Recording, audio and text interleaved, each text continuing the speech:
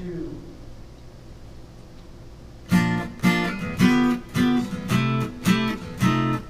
Seersucker soup on a hot summer day. Coffee comes back in a nerve-wracking way. The dishes and laundry take the garbage out. What a day, what a day, what a day. Well, welcome to Capital Region today. I'm so happy that you're joining us today. We have really a great lineup. I hope you're surviving this spring. It's up, it's down, it's up, it's down. Who knows? Sometimes it's 50 and sometimes it's minus something or other. So we hope that you're having a good time anyway and enjoying the weather that we do have. We have so much to be grateful for in this country right now, and I do want to express my feelings about what's happening in the Ukraine, and my heart goes out to all of them. I'd like to at least mention that. We're going to be having a great lineup today. We're going to be talking about something that's been I guess, bubbling around, I could say, and that would be the Electric City Food Co-op, and talking about bringing food into I guess, a food desert that we have here in the downtown area. And with all the big apartment houses going up and apartments here, people really need to be able to run out and grab a bite or grab some food to prepare at home. And we'll be talking to Chad Currin about that. And then we're going to be, of course, what's coming up is the St. Patrick's Day. But we got to remember that the Irish is not only St. Patrick's Day, but it's a culture that we're going to be talking about with a great heritage. And we'll be learning about some of the exhibits that are coming up and the programs that are coming up at the Irish American Heritage Museum. And then a group that's been around for 35, 36 years is called Singles Outreach. They also go by the name of Capital Region Social Happenings. And we'll be talking about that organization and what they're doing in this time of pandemic, and as well as creating some great programming for single people and people in transition. And many of their events, by the way, are open to the public. You don't have to be single to go to them because they're kind of just a real fun events to go to. And then one of the organizations that's near and dear to my heart is the U.S. Postal Service. I support them wholeheartedly. And we've had Jim Kaufman on before. He's the legislative director at their union. And in the past, he talked a little bit about it. Well, we've got a lot of good things to talk about, what's happening, and also the challenges that they're facing. But we're going to start right out with our first guest, and that would be Chad Currin. He's the vice president of the Electric City Food Co-op.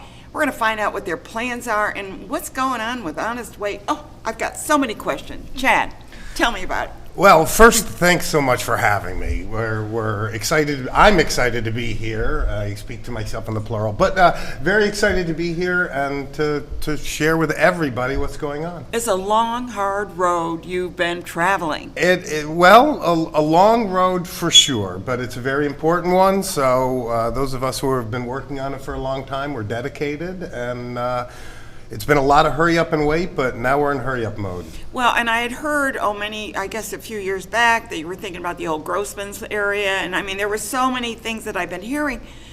But now you're are you thinking of a collaboration, or do you have a place in mind? What's going on? Well, the old Grossman's building, Kat Wolfram, who started the food co-op 8 years ago and dedicated at least 5 years terrific. of her life She's terrific. nonstop. I'm not sure she slept.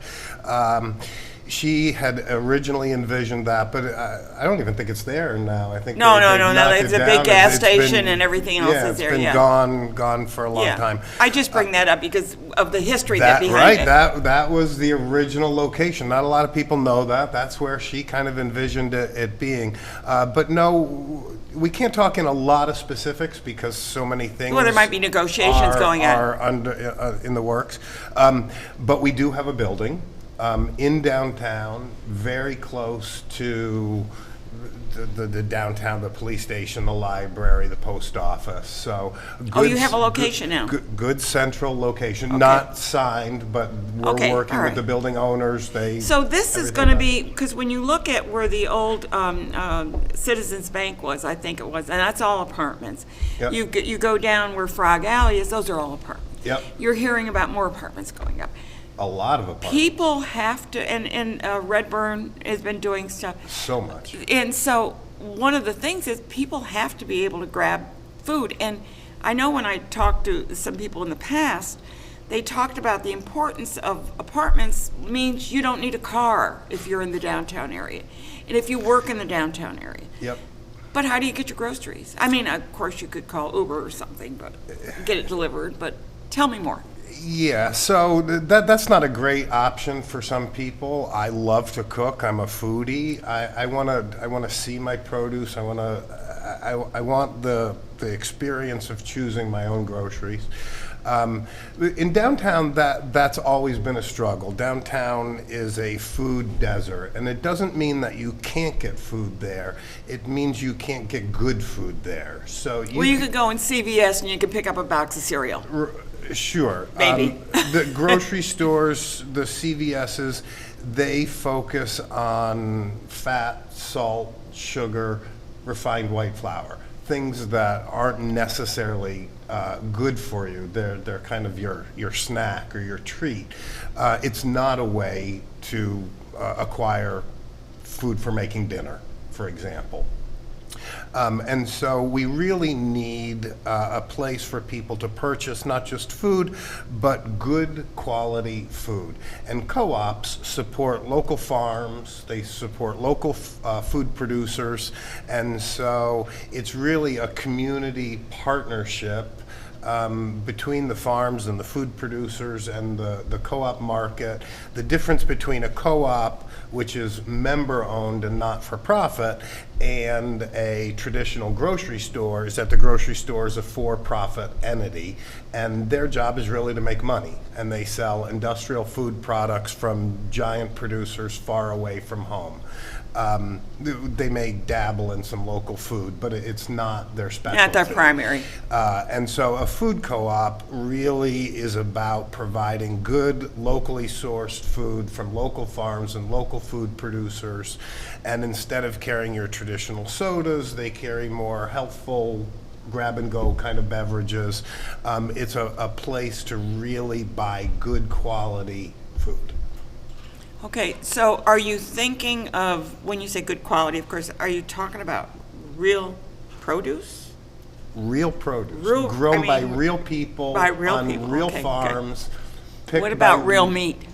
Well, I'm vegetarian, so that's not my first Yeah. concern. I lean towards but vegetarianism, I'm too. vegetarian because I don't support the industrial meat practices. So Uh-huh. local farmers produce great local meat, eggs, and that's the only meat that is available at a co-op, or certainly at our co-op. So you're is thinking of locally local, sourced. like It's all like Sindoni sausage, or the companies that make things locally. Yeah, and there are they're pretty big. They're delicious, but there are local food producers, farmers who don't have the entryway to a big regional market because they don't have the quantity. Yeah, yeah. And so, a giant supermarket needs to source enough sausage, say, for 350 stores. That, by its nature, does away with the small local producer who maybe can make 10 pounds a week. Okay, right? gotcha. So that's not even enough to support, for one store. So we can aggregate. We can find some sausage from this producer and some from this producer. Same thing with tomatoes. We can get tomatoes from this farm. We So can get you're tomatoes from actually another farm. looking at the bigger picture and trying to support many rather than one or two. Yeah, the co-op is a market based on values and rather than profit. And so one of our core tenets is to support local farms and local food producers. I think that's a great mission, actually. So you're going to be opening, do you have an idea of when you might open, or? So you asked a question earlier about, there's been a lot of buzz about Electric City and Honest Weight Food Yeah, Co-op. the collaboration The there. collaboration. And just to back up, when, I know Honest Weight is in Albany. Correct. And what they have done, from my understanding, because I do not belong to that, but friends that do, they have to put in so many hours, they have to help out or something. They have a couple different, I'm not on the board of Honest Weight, so I want to be careful Yeah. not to. Well, I'm only mentioning not from to- the people that I do know that Right, have, yeah. overstep my knowledge base or what I should be talking about. But they have one structure for their co-op. They've been around since 1976. They have forever. over 10,000 member owners, and I believe they have a couple of different classifications of membership. One requires that you do some work there, then. and another doesn't. But I'm not 100% sure. I'm the vice president of Electric City Food Co-op, and I stay in my lane. So what I'm asking, I guess, is the question I'm asking, is that it's a membership. So Correct. you'd like people to join, right? Yes. So And if they join, do they have to work, or can they work or not? Probably not. Okay. They probably will not have to work. We may have some options. Structured. So the larger question is, with Honest Weight, we've committed, both of our boards have committed to forming a joint committee to explore how best to bring the market to downtown Schenectady. The parameters of that are not finalized. We're in discussion. We love the folks at Honest Weight. Our biggest goal is getting a market downtown, whether that's branded Electric City or whether that's got a different brand is not the critical piece of the puzzle. The critical piece is being able to put an end to that food desert and allow people easy access to good quality food. Well, and but through those discussions, we'll figure out how the membership I was going to work. say, I applaud you for working with someone who has the experience. You know, it was a check your ego at the door kind of moment for us. Did we need this to be Electric City Food Co-op downtown Schenectady, or did we just need this to be a successful enterprise? Honest Weight is one of, by my estimation, one of the most successful food co-ops in the country. One of the core tenets of food co-ops is to cooperate with one another, right? We're not in competition with one another, we're cooperatives cooperate. And so it became obvious to us that perhaps the best way to success is to partner with somebody who's been there before, been there, done that, got the t-shirt, right? They've learned the lessons, they have lots of experience that can benefit the overall project. And that's you're what drawing matters. from that, which is really excellent. So suppose I would like to join, because I think that what you're doing is really a good thing. What do I do? Well, we need it's best to have 1,000 members to open. It's been proven time and time again that if you have the support of 1,000 members in the community, that you have the support you need to operate a functional, profitable market. And so we are at 435, so we need another 565 members, and I implore anybody watching to go to electricityfood.coop, C-O-O-P. I believe it's on the screen. New extensions now. And, yeah, well, that's been around for a while, Yeah. but the electricityfood.coop, and you can join. It's $200.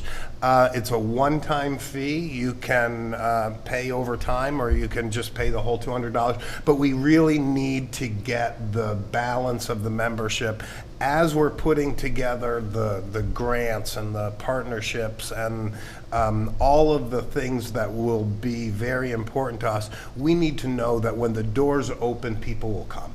All right, now, okay, so it's a co-op. Do I have to be a member to go in there, or can anybody go in there? Anybody can shop at a co-op. Traditionally, co-op member owners get some kind of benefit, and we're working through how that will be structured.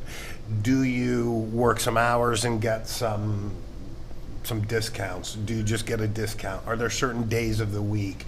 Is it more like a commercial market card where certain things are on sale to member owners and full price to non-member owners? There will be benefits to member owners, but many of our member owners, while concerned with what the benefits are concerned with the values that we represent and are willing to put $200 forward to say, we want to support farms in Schenectady and the greater capital region. We want to support food producers. We want to work on food justice issues.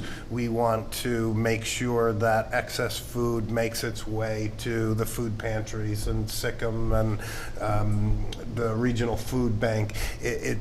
There are a lot of core values, and so some people join for the benefits, and some people, like myself, I'm much less concerned with the benefits. I'm much more concerned with living forward those values of supporting non-industrial foods. Would you see this as a store that anyone downtown that says, oh, I remember I need a loaf of bread and I need some milk and I don't want to stop at one of the big box stores? Could they pick that up there? Absolutely. Okay, I'm kind of looking at, Yep. So we're looking at a store that anybody can go into and get what you need.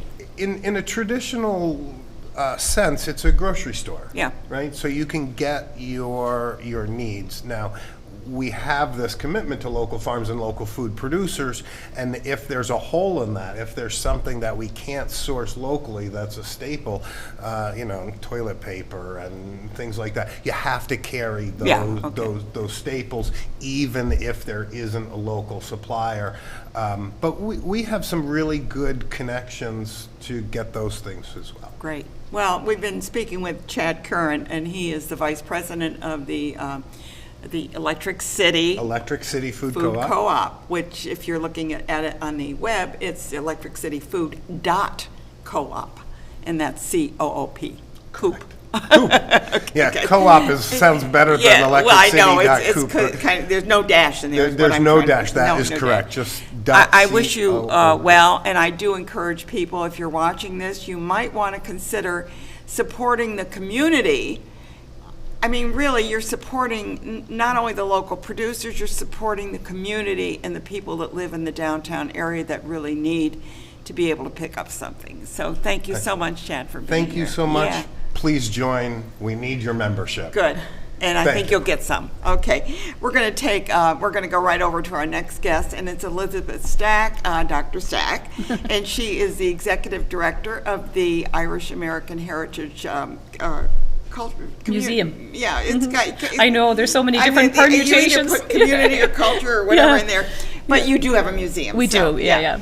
And of course, I do want to wish you a wonderful month because you're Irish American Heritage Month. I know, it was so great to read the proclamation, last week. And when President Biden talked about his own family roots and the contributions, it's easy to feel proud in March, but of course, as you said, we're Irish all year, so Exactly, you're Irish so don't just limit it. all year long, Yeah. and of course St. Patrick's Day is coming up. Is St. Patrick really the patron saint of Ireland? He is the patron But saint. he didn't come from But he Ireland. did not come. He's probably Welsh, they reckon, or Roman. Well, at least it was in great. It was English. the British Isles. Exactly, British Isles. Yeah, he was a Celtic cousin. So he was kidnapped essentially, and was a pig farmer. He was a slave in Ireland. Stop. Yeah, He was a pig farmer? Yeah, he worked on a mountain, and he escaped Ireland and went back. And then when he was back in Great Britain, he apparently had these dreams about the poor Irish that needed to be saved and converted, and he came back. And so just last month, the Irish government also announced our matron saint. So we have Saint Bridget now, whose month is in February. So which is nice for March because it's International Women's Month. So we have a matron and patron saint. That's really great. So, Yeah. but we hear so much about St. Patrick, and did he really drive the snakes snakes out of Ireland? I guess there are no snakes in Ireland. There are no snakes, unless a few pets have gone missing, maybe. I think it was supposed to be a sort of a symbol for the pagans, because of course the Irish Celts, were pagan. So when he converted the High Kings and all of these people, every bit of all of this history that you hear about, there's always something. There's always some other behind explanation. it. Yeah. I mean, we think about the Christmas holidays. Well, we had to cancel out the winter, Exactly. solstice and, Saturnalia and all that. Yeah. No, it's true. So those things change. But you have a number of things, and I don't know if you ordered the pictures that we're going to be bringing up, but maybe we could discuss some of the events. Yeah, coming I'm up. not sure. I hope I put them in calendar order. Okay, I think they'll bring them up now, and we'll talk about them as they come up. Oh, there's bacon and cabbage. So yeah, that's happening today. Where actually, it's an interesting dichotomy the whole month here because St. Patrick's Day parades originated in America. But this is bacon, and it shows ham. Exactly. So we call that bacon. It's boiling bacon. I believe it's the shoulder or the collar. So we do not eat corn. About that. And we don't eat corned beef. That's the point. It's funny because I looked at that photo. I said that sure as heck doesn't look like bacon to me. Yeah. No. But, you don't have corned beef. We don't have really corned beef. So that was an immigrant food. It was quite cheap, over here. And so, I don't love corned beef and cabbage just because I didn't grow up eating it. And you eat it 100 times in March. So yeah, and it's really quite good, actually. It can be good, is what I would say. But the ham with it would be... Yeah, that bacon is beautiful. We boil it. I was told that's not the official phrase that you use, but because it can be quite salty. Braising, I think, is what I was told to use by our chef Harold Qualters. So we'll be doing that demonstration today, and then on. Wait a minute, you missed one. What about the sourdough bread? We had that last weekend, so that was amazing. We had our soda bread competition, the 8th one. Last year we did a virtual demonstration. Pat and Harold did a competition amongst themselves, but we had 15 bakers from around the state. So I'm still eating the leftovers. Well, it's funny because we had the chef come on to talk about the sourdough. A few years back. Yeah, that's right. And I got up that morning and I made one because it's only three ingredients. Yeah. So I made the thing and I showed it to him and he goes, "Well." Oh, it's 4 ingredients. You left out one. You probably left out the salt or something. No, it didn't have the quite. The cross and all that. Yeah, I mean, it did, but it kind of grew up. And Well, then it was a nice big bread. It was good. It was delicious. Yeah. There's nothing wrong with it. No. But he said it didn't look quite right. Okay. Well, they're very strict when it comes to the competition. They have all these categories. I said to them, "My God, we're just eating it." Yeah, really. Well, and then some is savory, and then some can be sweet, but it's not traditional. No, it's not traditional. If there's anything except the 4 ingredients, so we have 2 categories in the competition: family, which is anything goes, and traditional. Yeah. And so then we just have a range of talks, for the rest of the month. We're trying to mark. Okay, what else do we have coming up now? Tomorrow, Thursday, we have myself. We're doing this centenary series. There we go. This one, yeah. So, the government in Ireland have been marking the centenary. We're calling it the decade of centenaries. So that's what this is here. Right? That's what this is. 1922 was the Civil War. Unfortunately, we have just, as of February and March 1922, we have just received independence from Ireland. There's a breakdown between the IRA, the Irish Republican Army, and the politicians, and some of them agree with the treaty and some of them do not. So tomorrow night's lecture is going to be about that build-up to the tension. Now is there still that division in Ireland? The sad thing is, I suppose in one way there is. It's 100 years later, but both of our major political parties, or all 3 of them if you count Sinn Féin, are directly descendant, from that split. And so until maybe about 30 years ago, people were still alive. Eamon de Valera was alive in the 70s. That's 50 years ago. I'm older than myself too, than I think. But there was a lot of those legacy politician families, and so it was until certainly the 70s and 80s a little bit too present in Irish politics. But both parties are pretty centrist. The division was religious, wasn't it? Not really. No, it was about, to be honest, the old. Inquiring minds want to know. Yeah, it was more to do with the terms and conditions of the treaty. So, funnily enough, it was not about partition of Ireland. That had happened, and they weren't disputing that, which is ironic. It was more to do with the oath of allegiance to the king, which was actually an oath of fidelity, and the fact that there would still be a British presence in the southern states. So, and then it became quite religious under de Valera a few years later when he came back in power. The Protestants and the Catholics. Yeah, and the Catholics. So up north it was been sectarian from the start, but down south, became kind of ultra-Catholic in the mid-20s. And it's then too bad that it's so sad when you see. Oh, I know, a small tiny country like that. You're all the same people. Yeah. And yet you have to divide. I guess even families divide themselves. Yeah. So, in the Civil War, particularly, brother fought brother. It was horrific, and neighbours. So, and that was a long legacy in the country. Exactly. And then we have. This man is Kieran Wallace that's coming up. They actually, part of that whole War of Independence and the Civil War, they burned the Public Records Office during the Civil War in 22. So this is an amazing project where they've been able to digitally recreate the archives by basically going to, Australia, England. The Empire, of course, would have shared, some of the. Find them, yeah, so they've rebuilt the entire treasury of, some of these were Tudor, era archives. Oh my gosh. So he's going to be talking about that Beyond 22 project. It's amazing. One of the things I'd like to mention, know that you do a lot with genealogy. We do, So yeah. where do you get your records from? Or is that the Mormons and stuff like that? Or There's a lot on there. We have a genealogist who comes in once a month, the last Wednesday of the month. She'll kill me for not getting that right. And Lisa Doherty, she goes around the region quite often. So yeah, Ancestry has a lot. A lot of the Irish parish records, which would of course record births and deaths and marriages, are free online.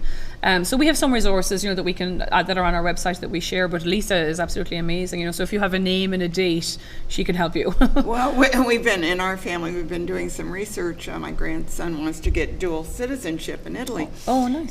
But the thing is getting those records. Yeah. And not only do you have to get the records, you have to eliminate certain people off that list, and you have to have proof of elimination. Yeah, and it's so difficult because same with the Irish immigrants, standardized spelling wasn't a thing. I know. And there's a lot of, Dan O'Connell's, and so which one is your one, and, so it can be tricky. And I don't know, and I'll ask you because maybe you can, I just realized that when they became naturalized, and this the Italians anyway, that if they had to renounce their citizenship to Italy. If they did that, then the line is broken. Right. And did they do the same thing for the Irish? No, apparently the Irish situation, because we were this weird entity called the Free State from 1921, which was the independent Ireland, America didn't recognize that until apparently Maureen O'Hara in the 40s refused to sign a piece of paper renouncing her British citizenship because she said, I'm not a British citizen. And so actually you can hold your Irish citizenship and get American citizenship. Well, I was wondering because you would be the only person I could ask about that because we're just discovering this now. Yeah, so you don't have to renounce your Irish. I don't know if that's because the Irish let you keep it or but yeah, you don't have to renounce your Irish. Well, it's interesting, and I just to mention this because we talked about genealogy, is that my grandmother was married to my grandfather who renounced his citizenship in Italy, but she never did because so women we're couldn't doing vote, that. maybe. We're doing that twice, so. It's very interesting, I think, doing early 20th century work because it wasn't federally regulated really until 1892. Johnson Reed Act in 1924 really changed things, and so. You could have come in and just pretended you were here for 5 years and signed up for citizenship. And a lot of women before 1921, when they got the right to vote, didn't bother becoming a citizen because what was there was no kind of nothing in it for you. Your husband was out and about anyway, So it's an interesting, those early 20th century years, I think, might be a lot of skeletons in closets. I find it very interesting. And I think you have another event coming up, and I'm not sure. We do. That's Kieran. Oh, so this is...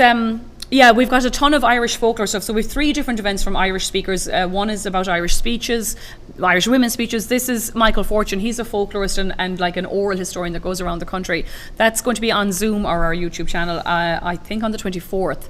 And he's fascinating because, a lot of these superstitions are dying out. And even just little, I call them superstitions, but patterns of behaviour. And, you've got to go out the night before St. Bridget, for instance, her feast day, and put a cloth on the windowsill and she blesses it as she walks past. And then the house keeps that and it heals sore throats all year, so some of those things are going as our older population. Folk. They're handed down. Yeah, they really are. But and you're Italians losing have them. The same thing. Yeah. And our, the Irish Catholicism and probably the Italian too is very intertwined with the folk, sort of superstitions and rituals. So it's great that he's recording all of these, And then we have another woman who's going to be lost someday. They will be lost, exactly, yeah. And we have another lady on the 14th, and she's going to talk about Irish women and their connection to medicine or magic or witchcraft, which were, of course, all interchangeable, in the early modern period. Oh my gosh, yeah. So so we're doing, a lot to mark both St. Patrick, but also, women's history. Now, there's going to be a St. Patrick's Day parade? There's a parade in Albany on the 12th, so we're super excited. The first one back, since the pandemic.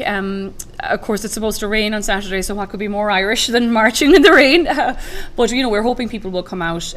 Support, yeah. The museum doesn't really do too much that day because the parade is so long, and, a lot of the organisers of the parade, the various Hibernian halls and Celtic halls and all of these things will have celebrations, So, and, of course, the corned beef and cabbage. And then you got to go back for corned beef and cabbage. No, yeah, exactly. I'll probably have Indian food. Not very Irish. Yeah, exactly.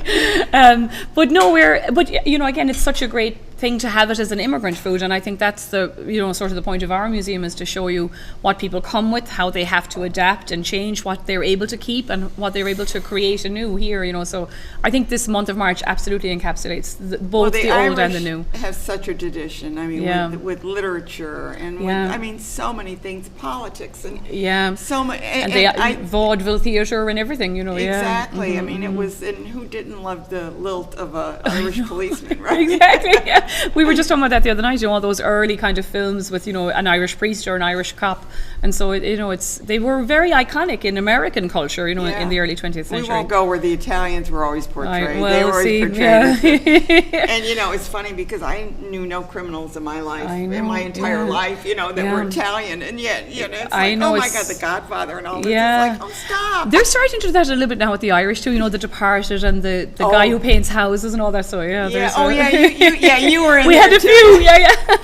few. We all got nailed somehow. That's right, exactly. But the important thing is that you learn, and I say this to my viewers, learn about different cultures, because you're going to find out there's so many similarities. Well, when you talked about Ukraine, I was just thinking about the Irish during the Great Hunger. Like, you flee your country with nothing, possibly not even the clothes on your back in some instances. The potato famine, and so our story 150 years ago is exactly that of people fleeing Yemen or Syria today. And so it's very important, like, that you do point out the universality of people leaving their home and coming to, even myself as an immigrant, I think I came to Albany in 2018, modern technology, modern way of traveling, you still miss home and your parents, and and so that fundamental story of humanity is absolutely key, I think, in all of our experiences. And it's not just the Europeans. I mean, if you go to Africa or you go to, and I've been to China a number of times.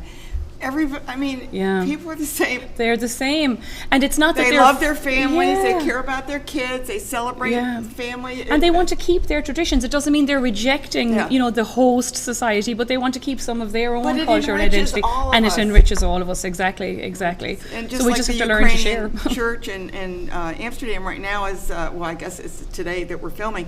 They're making the pierogies, So I mean, it's that kind of thing that we need to celebrate. Besides, every culture has some great food. They do, exactly, and music sometimes, or like there's we all have so much to offer and to learn from each other. Absolutely. And let's just do it. Thank you, Elizabeth. Exactly. It's always a pleasure to have you on. I always learn something from you every time you're on. And I know that you're doing everything. And where's your museum located? We're down in Quackenbush Square in Albany, and just join us on Facebook or YouTube. Yeah, good. So thank you, Elizabeth. And we're going to switch over to Dave Freeman. Dave Freeman is the president of Singles Outreach Services. He's been the president a couple of years here. He seems to be doing a pretty good job. Nobody wants to see him go.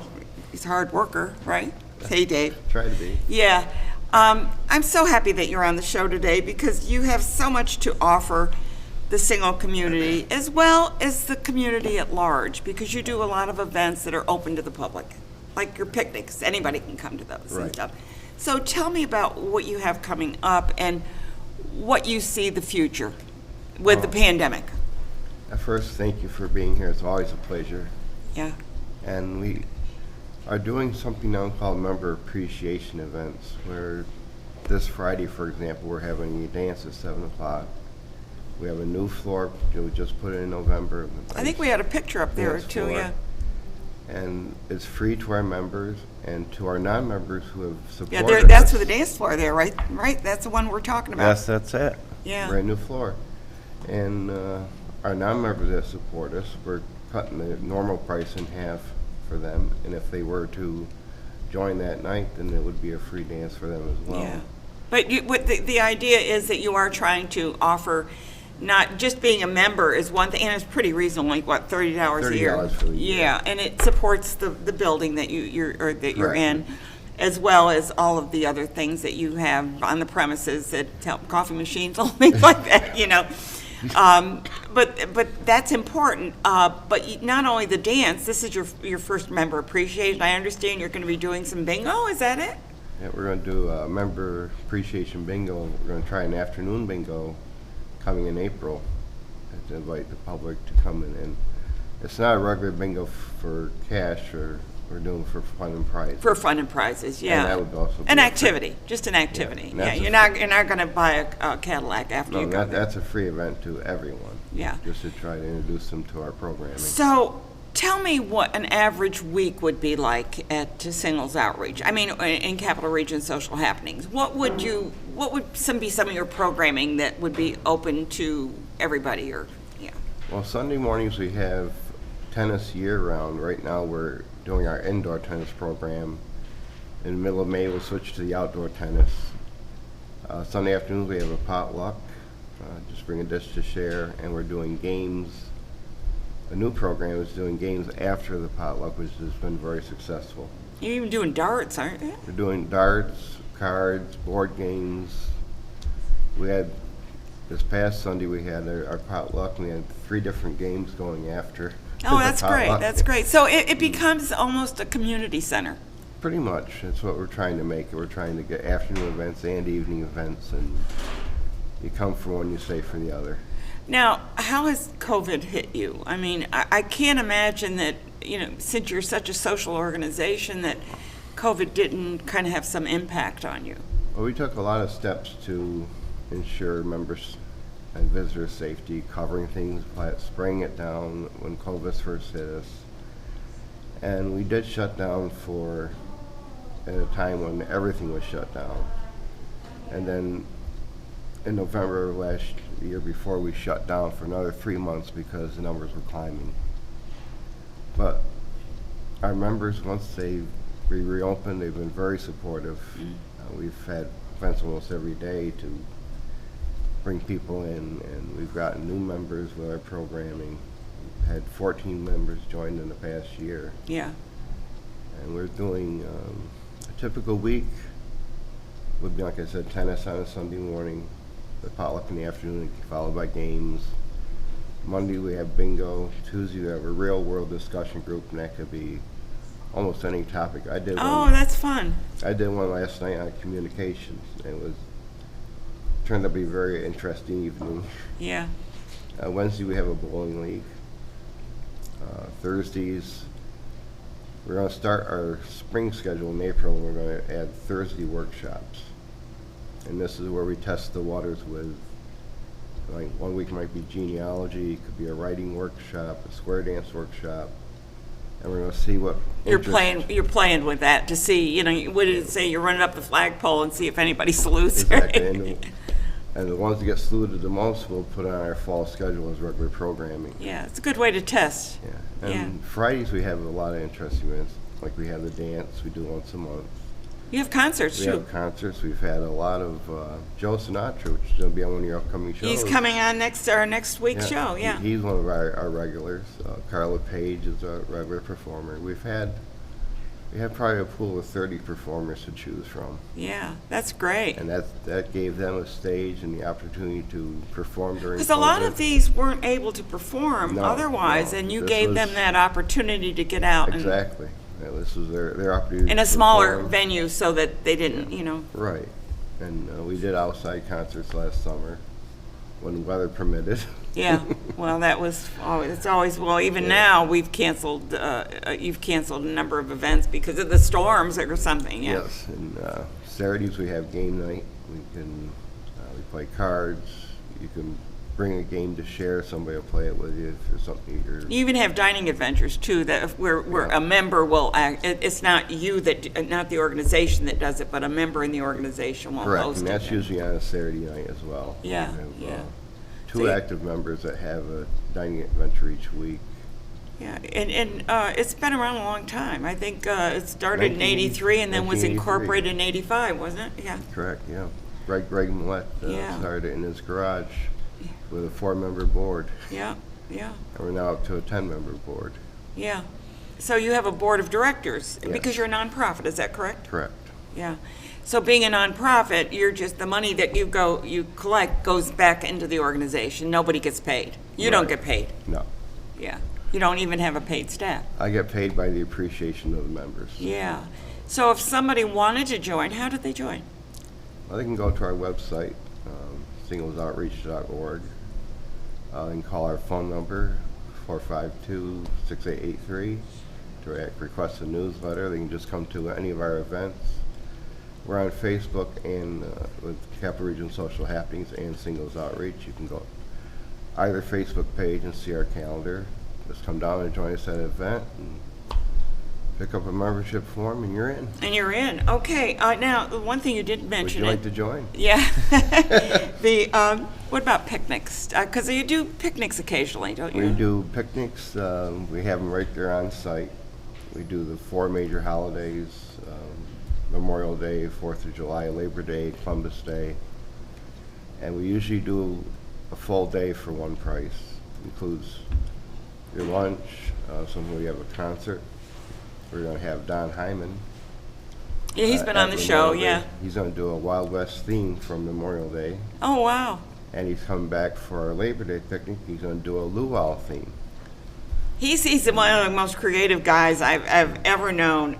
He was on here doing a tribute to Otis Redding, and the knowledge that man has is incredible. All the stories that he did a concert just this past Friday at Singles Outreach, and he did people from Brooklyn.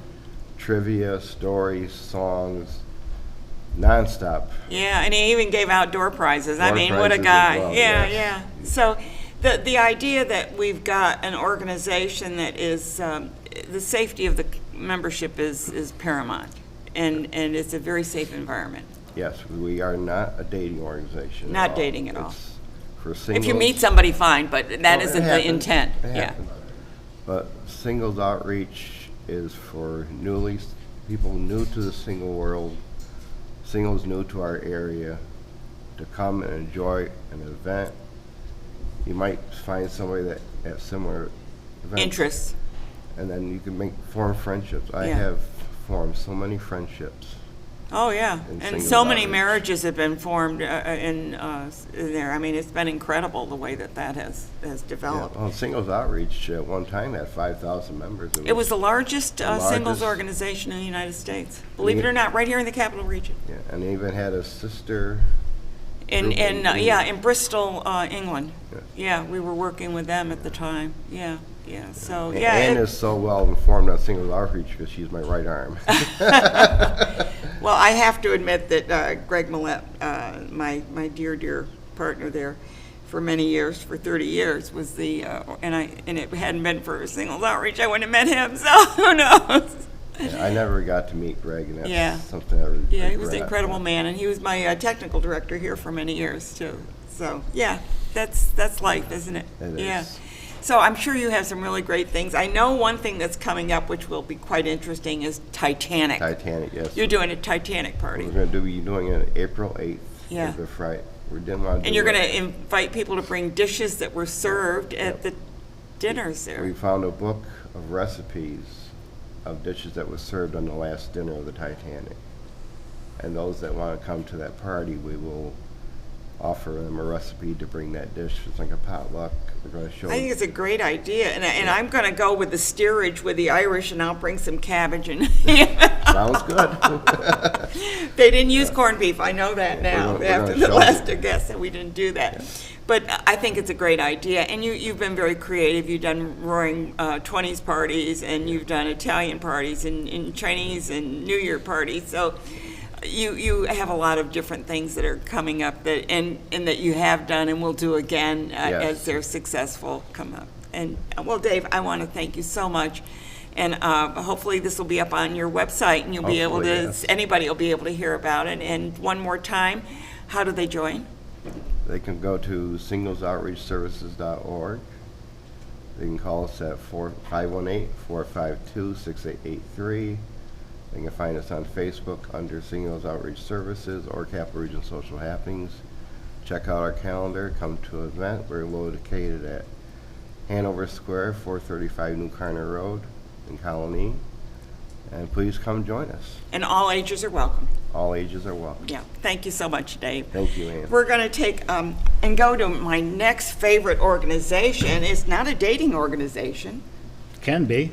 Maybe. Who knows? If I write you a letter, huh? Right. What are all these songs about? I wrote a letter to my Wait a minute, Mr. Postman. You never know. Yes, we're going to. And Jim Kaufman is with me. He is the legislative director of the union. It's APWU, American Postal Workers Union. Right. And Albany, New because York. I don't want to get those letters mixed up, because every time there's 4 letters, I'm bound to get one flipped over. He's been on the show before. I find what's happened over the past few years with the Postal Service to be disheartening. And I think they've gotten a bad rap.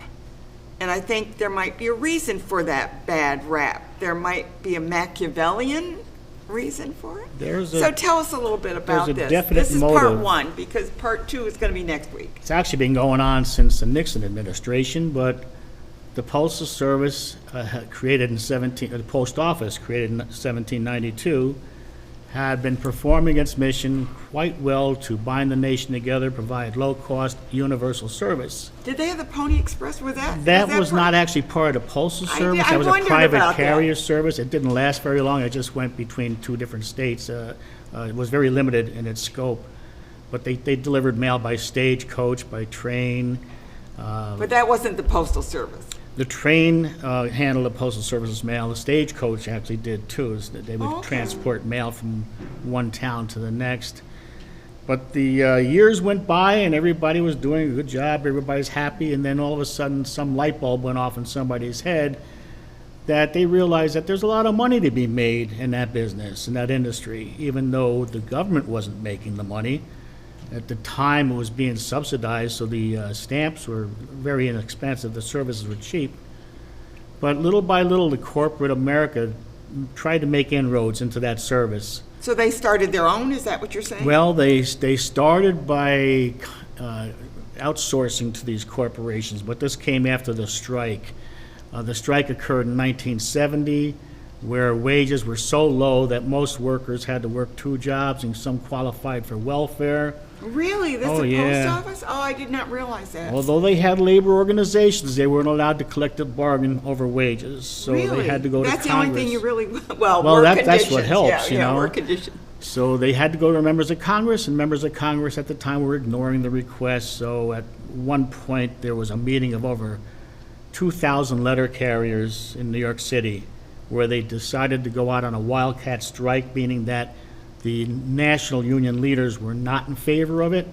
It was illegal. Oh, that's what a wild crash. I really did not know. They went off on their own, and the national leaders were trying to get them to go back to work. They refused. It was not only, it was illegal, they could have lost their jobs, they could have gone to jail. But the situation was so bad that one place after another just joined the strike. And before you knew it, the mail stopped dead. Now, this is an age before the internet, before people could wire money, but that was kind of a slow process. But at Wall And Street they started... weren't ordering stuff online. No, they couldn't. They could order anything they want on the phone, but it wasn't going to get there. Yeah. And so Wall Street started to feel the pinch. And that's when Nixon tried to move in with the National Guard. And after a few days, they realized they couldn't do the job because the knowledge was in the workers' heads. And they had to give in to the strikers. The strikers got a 12% wage increase right off the bat. They won collective bargaining rights. But on the other hand, there was something called the Postal Reorganization Act, which set the United States Postal Service, became out of the Post Office Department, it set them up on a break-even basis where they couldn't make money. They had to break even over a 10-year And they cycle. had to turn money back into the government? I mean, Well, the how government did that- took it. The government They took it, okay. in the 80s, 1985, I believe it was. Their earnings were put back into the federal budget, and it was a scam to make the budget deficit look lower. But the Postal Service needed those earnings to function. So there was a couple of fights that went on to get that off budget. So that was the first major hit. Then little by little, the contracting out began, where there were other carriers carrying letters and parcels and sorting mail. And it just kind of grew into its own industry, private industry, which harmed the postal workers, because part of that Reorganization Act said that postal workers, through their collective bargaining, were not able to fare better than private sector workers. Oh, wait a minute. That Yeah. doesn't make fun. It didn't seem as bad at the time because there was very little private sector workers doing that work. Oh. But as the industry grew, we had a heck of a time trying to get a raise in negotiations. And if it went to arbitration, the arbitrator would shut us down because, look, these guys are making minimum wage, doing the same work you're doing. Except that they're really not doing exactly. Well, the they're trying. I mean, they're doing sorting processes, they're doing delivery processes, but it held us down financially as workers for years because of that element of the Postal Reorganization Act. Also, it set the Postal Service up on a marketing system. Business-like, but it was supposed to be a service where the people's service was not to be hampered by the economic picture or anything like that, but it turned out it was. It's a service it's to me, this is no different, and I've said this before, it's like we have certain agencies, they don't have to produce money, they take money to continue their whatever they do. All we had to do was deliver the mail and provide services. And that's we a weren't service. supposed to be a Wall Street entity, Yeah. you know? So that was those were the first attacks on the People's Postal Service. Later on, it was under the George W. Bush administration that they came up with this Postal Accountability Enhancement Act. Which, Don't you among love other, the names? Don't you love the names? Yeah, I mean, if you look at it, it looks so nice, you Yeah. know? Let's be accountable, let's enhance the Postal Service.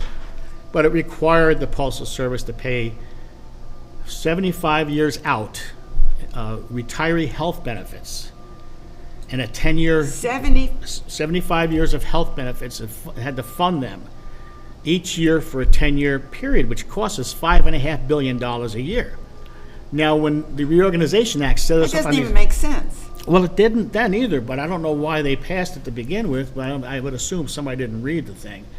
But if you're trying to break even over a 10-year cycle and you need all the money that you're making in that 10-year cycle to function, and somebody comes up and says, you got to give us $5.5 billion a year for no apparent reason at all, these people haven't been born yet, well, as you can probably anticipate, the Postal Service went belly up financially in 2012. They couldn't do it anymore.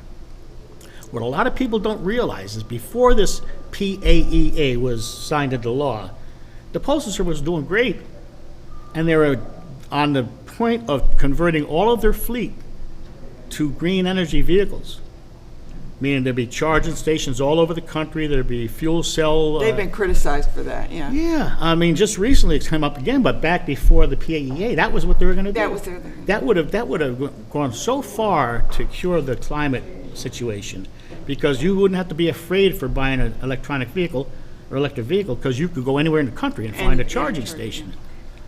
So when this PAEA took effect, they had to scrap that plan. So the people lost twice. They lost their service, and they lost the opportunity to do something about the climate situation. So anyway, when the Postal Service went belly up financially, they were still obligated to pay the remainder of that money. There were $34 billion of their money that they Was already set there. It was already in the Treasury. It was already set there. Waiting for these 75-year-old retirees that haven't been born yet. And they started closing facilities, consolidating, cutting services. I mean, I don't think there's anybody in the country that didn't feel the impact of that.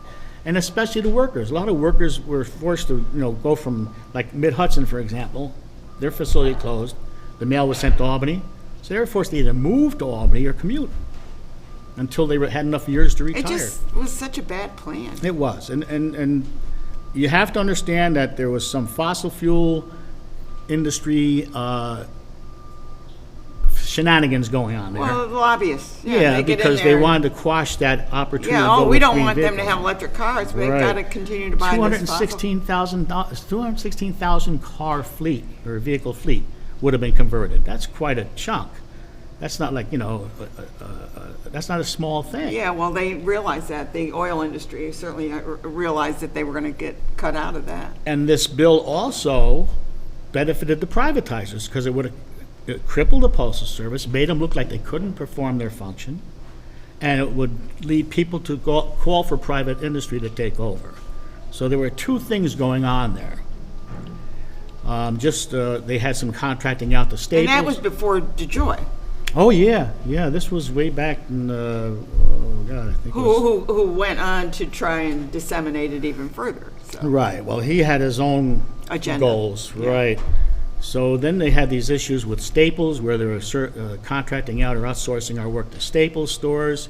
The teachers helped us quash that tremendously. They refused to purchase their materials from Staples, so Staples was abandoned. They had a similar situation with Sears, and the public came to our defense by cutting up their credit cards.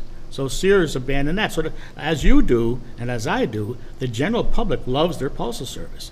They don't want people messing with it. Don't mess with it. And you know, it's nice that they It's don't. secure and it's worked. so- It works fine. It works Yeah. fine. We know what we're doing, you know? No, absolutely. Leave it alone. Well, I know that we're close to being at the end of this segment, because you're going to be on next week as well to talk about it. But I do want to mention that in today's paper, or today's news, let's give the people a teaser of what's coming up in our next show and Well, there's how some this good is news going. on the horizon. There was Yeah. legislation that was passed that relieved us of the continuing debt of the PAEA and gave us control of that $34 billion. PAEA, what is that? The Postal Accountability Enhancement Act. Okay. So it also gave us an opportunity to use that $34 billion that they took from us.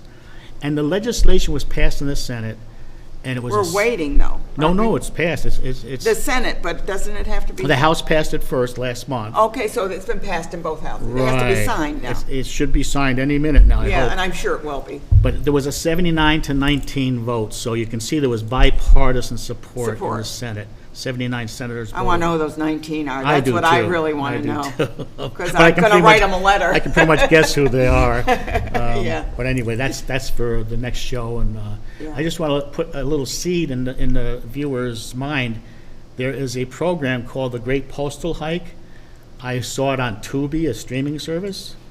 It does an The excellent. Great Postal The Great Postal Heist. Heist. It goes Like over a all the steal. stuff I've been telling them about, but it says it so much more eloquently, and it's an Well, you're actually doing darn good. it's an actual movie, like an hour and a half movie, that goes over all the years of trouble that the employees were facing after negotiations started, because the Postal Service did not like having a union. Like I don't think any service or business does. Yeah, nobody but- wants to start out with one, yeah. Well, they came down really hard on the workers, and you and I will remember when people would come into the workplace with shotguns. Well, it goes into some pretty major detail about all this information, and if anybody can catch it on Tubi, if they have that service, they should really check it out. I don't know where else it's available. Well, I think if we just search on the internet, we'll find it. It's called The Great The Great Postal Heist. Heist. Yeah. Yeah, and I think that people did not, I shouldn't say this because that's a generalization that people, I hate that when you say the people, because we don't know what everybody's thinking, but I was not aware of a lot of the things that you've told me. And I think I was more aware when I saw what was happening in the past 3 or 4 years with the Postal Service, which made me more cognizant of the past. And so I started kind of poking around there. But you have really distilled it. Well, I wish I had known about your show 30 years ago, because I would Yeah. have started talking about it then. Well, I hope maybe another 30, well, I don't think I'll be around in 30 years, but But I don't know, anyway. we probably don't have enough time in this segment, but the next segment I'll get into the Yeah, Postmaster next segment General we'll do and that. I want to thank you, legislation. Jim, and we'll look forward to seeing you on the 13th to talk about the other half of this story. And who knows, there might even be part 3 or 4, who knows, who knows. I find this so fascinating. But I want to tell you who's coming up on the next show. Of course, we already know about Jim, but we're going to have Joe Sinatra on. Joe Sinatra Chris. He's a tribute artist. He's also an interesting guy. Wait till you find out some of the things he's been doing. But he also does a radio show, so we'll talk about him. Then the Schenectady Civic Players is coming on. And I'm so looking forward to seeing their Marjorie Prime, their upcoming production. And we have Marjorie on the show coming up. And then the Schenectady Light Opera is doing Merrily We Roll Along. Boy, don't we need Merrily We Roll Along right now through all this pandemic. That seems to be something that'll keep us all charged up. And then, of course, you've just heard from Jim Kaufman. He's going to be talking about continuing his story in the saga of the heist, I guess we could call it the heist of the Postal Service. I do want to remind you that the 14th is one of my favorite holidays. You may not know what it is, but it's Pie Day. If you don't know what Pie Day is, look it up. Yeah, you can make a pie, but it's a all of our mathematicians love that day, and I do too. 3.147, well, anyway, we won't go there. I used to be able to do it about 8 numbers out. And then I do want to remind you again that this is Irish American Heritage Month, and so please enjoy some good Irish coffee, I guess. We'll see you next week. I'm Ann Perillo, your host for Capital Region Today. Always a pleasure to be here, and I want to thank my crew. It's just fabulous. I have the best crew in the world. Thank you so much for watching.